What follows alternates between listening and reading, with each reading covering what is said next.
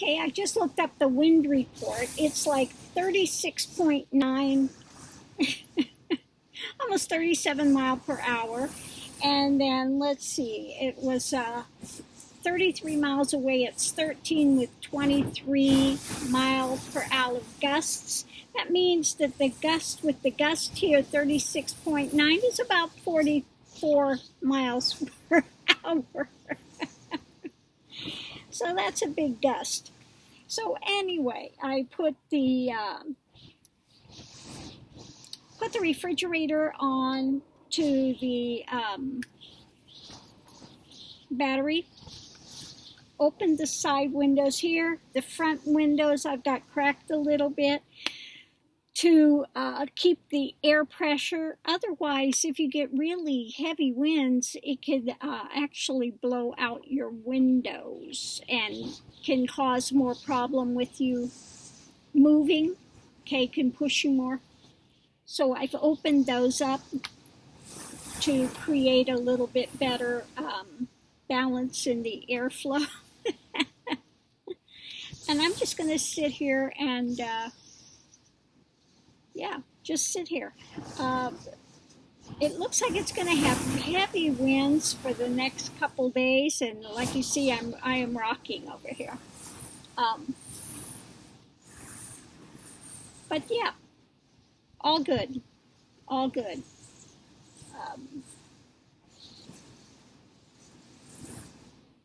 Nothing much more to do, but just sit and wait it out. So I'm going to get a book, read a book, and sit here and relax and continue to rock. Okay. Anyway, so for our worry warts out there, don't worry. You know, I am fine. As you see, it's blowing the heck out of my hair here. Yeah. But no, we are fine. Other than rocking with the wind. If there were a place here close to a high wall, I would do that, but there isn't right here. There is no place to park that's next to a wall to mitigate some of that. So the best thing to do is to head into the wind and ride it out. You don't want 43 mile per hour gusts hitting the side of your van because it could actually tip you over. So you don't want to ever park sideways to a big wind like that. You want to head into it. Then it's got less area to be buffeting. Okay. So I'm going to put this up on my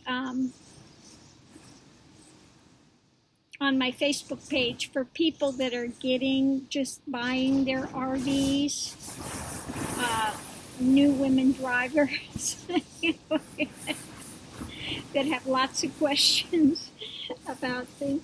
One thing I wanted to say too, if you are a new woman driver and you're buying an older vehicle like mine's a road trek, it's a 2002, so it's pretty old. Something you have to remember to check is your oil.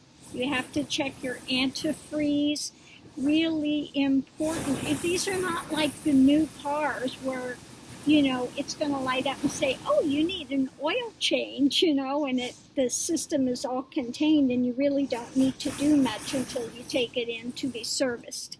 These, you're going to have to check your oil. Make sure you check your antifreeze. You don't want your engine to overheat and lock up or freeze up or something. So very important with that as well. And again, if you get in a windstorm, face into the wind, stop, open your windows a little bit so that, the air pressure, it'll equalize the air pressure for you, and just sit and wait it out. If you can, park next to a wall where it's going to help lessen some of that, do that. Okay. Don't park to the side where you're getting hit by the wind. Face into the wind because you want less, you don't want to have a great big huge area where the wind is hitting and pushing you, because it can push a van over or an RV over in really heavy winds. So better to be safe. Get off the road,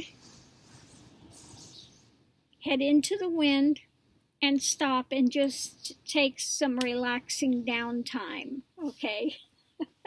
Nature's little way of saying, you need a break. So